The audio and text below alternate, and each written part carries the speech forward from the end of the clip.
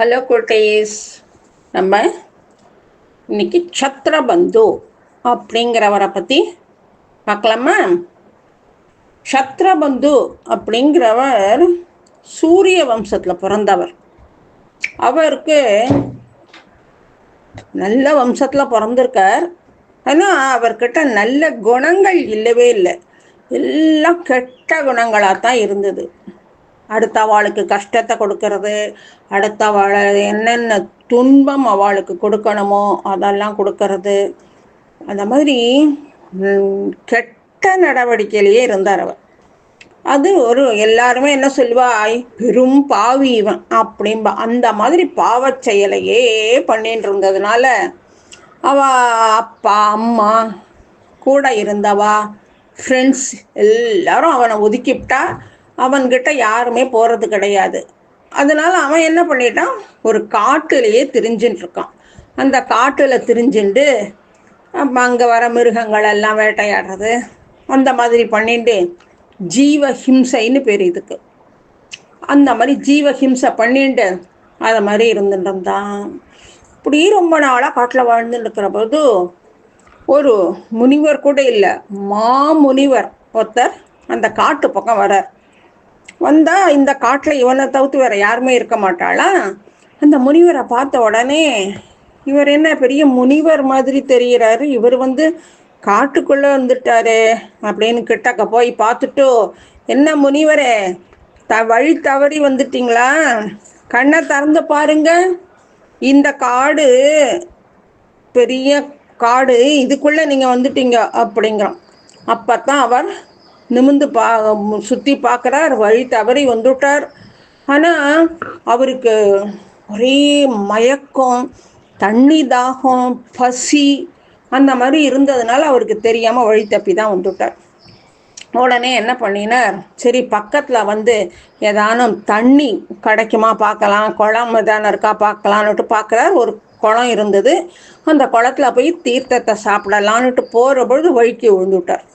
அவர் வழிக்கு விழுந்ததை பார்த்த உடனே இவனுக்கு சிச்சோ வழிக்கு வந்துட்டாரேன்னுட்டு கையில் வில்லு அம்பு எல்லாம் வச்சுருந்தானா எல்லாத்தையும் தூக்கி விசிறி கடாசிட்டோ அந்த முனிவர் விழுந்தவரை தூக்கி உக்காத்தி வச்சு அவருக்கு அப்புறம் அந்த தண்ணி கொண்டு கொடுத்து எல்லாம் பண்ணினதும் அவரும் சரின்னு அந்த தீர்த்தத்தை சாப்பிட்டுட்டு மரத்தடியில் உட்காந்துருக்கார். இவன் இத்தனை நாளில் முதல்ல நல்ல காரியம் பண்ணினது இதுதான்.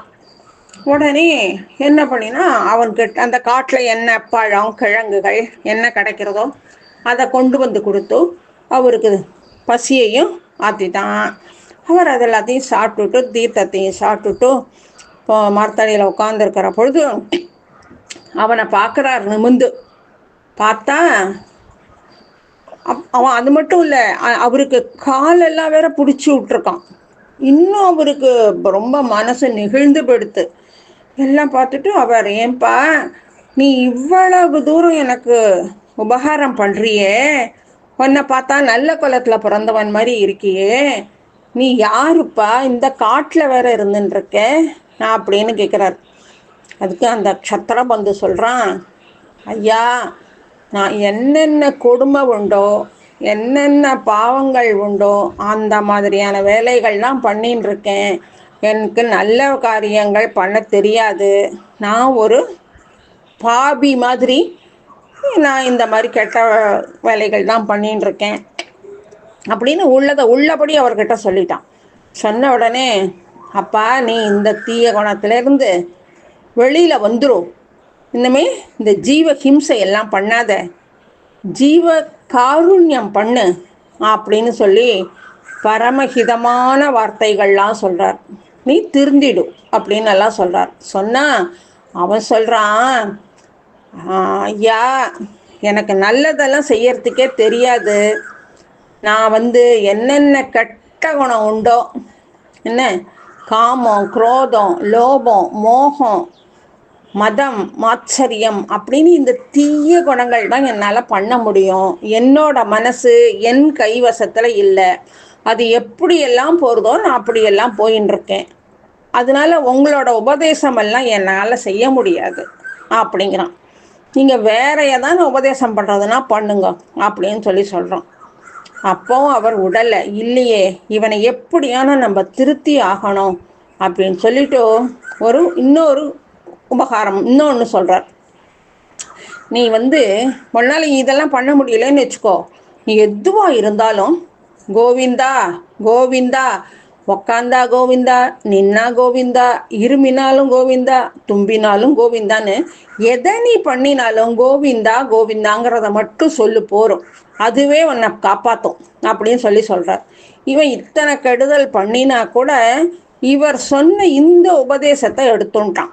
எது பண்ணினாலும் கோவிந்தா கோவிந்தானே சொல்லிட்டு இருந்தான். அந்த மாதிரி இருந்ததுனால அவன் கெட்ட காரியமே பண்ணினாலும் கோவிந்த நாமாவை விடாமல் சொல்லிட்டு இருந்ததுனால அப்படி இருக்கான். கொஞ்ச நாளில் அவன் மரணமும் அடைஞ்சு விடுறான். அதுக்கப்புறம் அடுத்த பிறவி எடுத்தாகணும் இல்லையா? எப்போவுமே நம்ம இந்த பிறவியில் இப்படி இருந்தோம் அப்படின்னா போனதுக்கப்புறம் இன்னொரு பிறவி எடுப்போம். அந்த மாதிரி அடுத்த பிறவியில் இவன் அந்தனர் குலத்தில் பிறந்துட்டான், பிராமண குலத்தில் பிறந்துட்டான். இதுக்கு காரணம் அவன் அவ்வளவு பாபிஷ்டனாக இருந்தால் கூட கோவிந்தன் நாமாவை சொன்னதுனால. சரி அப்படின்னு அவனுக்கு அடுத்த ஜென்மத்தில் இவன் பண்ணின முன்ஜென்ம வினைகள்லாம் அவனுக்கு ஞாபகத்தில் வருது. சிச்சி, நமக்கு இன்னமே இந்த பிறவி சம்சாரம் இதெல்லாம் வேண்டவே வேண்டாம் அப்படின்னு ஒரு நிமிஷம் நினைக்கிறான். உடனே நம்ம கோவிந்த நாமா சொன்னோம் இல்லையா, அதனால நமக்கு இந்த அந்தனர் குலத்தில் பிறந்திருக்கோம், இனியும் நம்ம கீழ்குலத்துக்கு போயிடக்கூடாது, இன்னமே நம்ம திருப்பியும் அன்னைக்கு நமக்கு உபதேசம் பண்ணினாரே கோவிந்த நாமா, அந்த கோவிந்த நாமாவையே சொல்லின்னு இருப்போம், நம்ம கோவிந்தனையே ஆராதனம் பண்ணுவோம் அப்படின்னு மனசில் அவனுக்கு நல்ல எண்ணம் தோணிடுத்து. அதுலேருந்து அவன் பெருமாள் ஸ்ரீமன் நாராயணனையே நினச்சிக்கண்டு கோவிந்தன் நாமாவை சொல்லிண்டு அப்படி இருந்துகிட்டே இருக்கான். இப்படியே இருந்ததுனால இவனுக்கு ஒரு நல்ல கதி கிடைக்கிறது. அந்த என்ன நல்ல கதி அப்படின்னு கேட்டால், இந்த கோவிந்த நாமாவையே சொல்லின்னு இருந்தானோ இல்லையோ, ஸ்ரீமன் நாராயணனையே மனசில் நினச்சிட்டு இருந்ததுனால அவன் பரமபதத்தை அடையறதுக்கு உண்டான வழிமுறைகள் எல்லாம் பண்ணி பரமபதத்தை அடைஞ்சுட்டான். அதைத்தான் நல்ல அவன் எப்பேற்பட்ட பாபிஷ்டனாக இருந்தால் கூட ஸ்ரீமன் நாராயணனுடைய திருவடியை பிடிச்சுட்டா அவன் சத்கதிக்கு வந்துடுவான் அப்படிங்கிறது இதுலேருந்து நம்ம தெரிஞ்சுக்கிறோம். அதனால அவன் அப்போ என்ன சொல்கிறான், பிராமண குலத்தில் பிறந்திருக்கோம், இனி கீழே போயிடக்கூடாது, இதிலிருந்து நம்ம நல்ல கதிக்கு போகணும் அப்படின்னு ஸ்ரீமன் நாராயணனுடைய திருநாமத்தையே சொல்லிட்டு இருந்தான். அதைத்தான் தொண்டரடி பொடியாழ்வார் திருமாலை அப்படிங்கிற அதில் 4வது பாசுரத்தில் சொல்கிறார். மொய்த்தவல் வினையுள் நின்று 3 எழுத்து உடைய பேரால் கத்திர பந்துமன்றே பரங்கதி கண்டு கொண்டான் இத்தனை அடியரானார்க்கு இறங்கும் நம் அரங்கனாய பித்தனை பெற்று மந்தோ பிறவியுள் பிணங்குமாறே அப்படிங்கிறார். தொண்டரடி பொடியாழ்வார் சொல்கிறார், மக்களெல்லாம் பார்த்துட்டோ, ஆஹா சம்சாரிகளே, நீங்கள் எல்லாரும் ஸ்ரீமன் நாராயணனுடைய திருநாமத்தை சொல்லுங்கோ அப்படின்னு உபதேசம் பண்ணுறார்.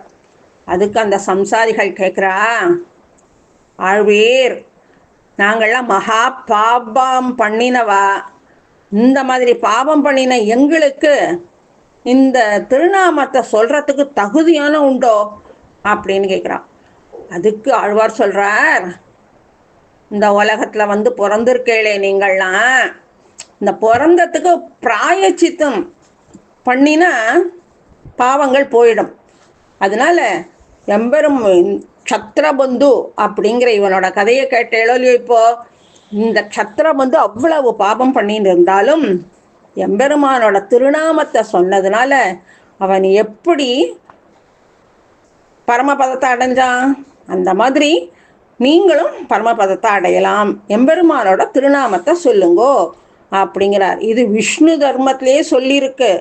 அதனால யாரும் தகுதி இல்லாதவா அப்படிங்கிறவாளே கிடையாது, அதனால நீங்கள் சொல்லுங்கோ அப்படிங்கிறார்.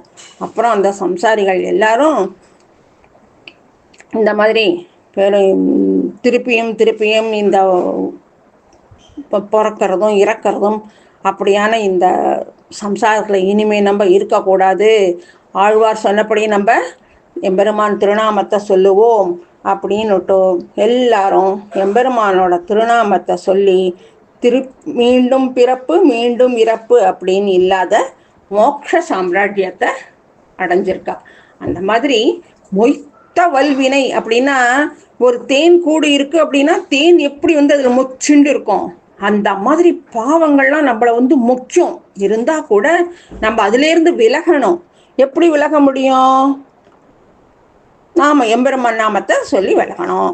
அதே மாதிரி எப்படி ஒரு நெய் குடம் இருக்கு அப்படின்னா எறும்பு எப்படி முச்சுண்டு இருக்கும் அதுல இல்லையா, அத மாதிரி அதைத்தான் பெரியாழ்வார் சொல்றாரே, நெய்க்குடத்தை பற்றி ஏறும் எறும்புகள் போல் நிறைந்து எங்கும் கை கொண்டு நிற்கிற நோய்கள் அப்படிங்கிறார். அந்த மாதிரி எறும்பு எப்படி நெய்க்குடத்தில் முச்சுண்டு நிற்குமோ அந்த மாதிரி பாவங்கள் நம்மளை முச்சுண்டு இருக்கும், அதுலேருந்து நம்ம விலகணும் அப்படிங்கிறார். அது விஷ்ணு தர்மத்திலேருந்து இன்னொரு உதாரணம் கூட சொல்கிறார். என்னென்னா, மேருமலை மாதிரி மந்திரமலை மாதிரி நம்மளுடைய பாவ கர்மங்கள் அப்படி குவிஞ்சு இருந்தால் கூட ஒரு நல்ல வைத்தியன் கிட்ட போனால் அந்த நோய் எப்படி போகுமோ அது மாதிரி எம்பெருமானோட திருநாமத்தை சொன்னோம் அப்படின்னா நம்மளும் பாபத்திலிருந்து விடுபட்டு எம்பெருமான்கிட்ட போய் அடைய முடியும். அதனால மலைமலையாக இருந்த பாபமாக இருந்தாலும் நம்ம நாம சங்கீர்த்தனம் பண்ணினா தீயிலிட்ட பஞ்சு போல பாவங்கள் அழியும். நம்மளும் எம்பெருமான் கிட்ட போயிட்டு அழகாக கைங்கரியம் பண்ணிட்டு மோட்ச சாம்ராஜ்யத்தை அடையலாம் அப்படிங்கிறது தான் இதுலேருந்து நம்ம தெரிஞ்சுக்கிறோம். இதுலேருந்து இன்னொன்று என்ன நம்ம தெரிஞ்சுக்கிறோம் அப்படின்னா, நம்ம கஷ்டப்பட்டு பிராமண குலத்தில் பிறந்திருக்கோம். அப்படி பிறந்திருக்கிற பொழுது இந்த பிறவியை நம்ம வீணடிச்சுடாம இன்னும் கீழ் குலத்தில் போய் பிறந்துடாம நம்ம நல்லபடியாக முக்திக்கு வழி தேடணும் அப்படிங்கிறத நம்ம இதுலேருந்து தெரிஞ்சுக்கிறோம். அதனால என்ன பண்ணணும், 3 எழுத்து உடையங்கிறார். 3 எழுத்துங்கிறது கோவிந்த நாமம். அந்த சம்ஸ்கிருதத்தில் கோவிந்த 3 எழுத்து, 3 எழுத்து தான் இருக்கும் சம்ஸ்கிருதத்தில். தமிழில் தான் 4 எழுத்து. அது மாதிரி 3 எழுத்து உடைய அந்த கத்திர பந்துவுக்கே எப்படி எம்பெருமான் தன்னுடைய பேரை யாருன்னு ஒருத்தர் சொல்லிட்டா போகிறோம், அப்படியே பித்தனா ஆயிடுவானா. அந்த பக்தனுக்கு தான் பித்தனை ஆகி அவன் என்ன கேட்குறானோ அதெல்லாம் கொடுப்பானா எம்பெருமான். அப்பேற்பட்ட எம்பெருமான் ஸ்ரீரங்கத்தில் அரங்கநாதனா பள்ளி கொண்டு இப்பேற்பட்ட அடியார்கள் பாபிஷ்டர்களாக இருந்தாலும் அவனுடைய திருநாமத்தை சொல்லிவிட்டோம் அப்படின்னா அவன் நமக்கு இறங்கி அனுகிரகம் பண்ணுவான் அப்படிங்கிறத நம்ம இதுலேருந்து தெரிஞ்சுக்கிறோம்.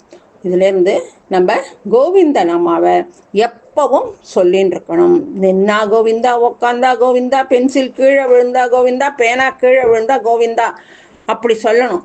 அந்த மாதிரி சொல்லின்னு இருந்தோம் அப்படின்னா நம்ம எல்லாருக்குமே பெருமாள் அனுகிரகம் பண்ணுவார் அப்படிங்கிறது இதுலேருந்து நம்ம தெரிஞ்சுக்கிறோம்.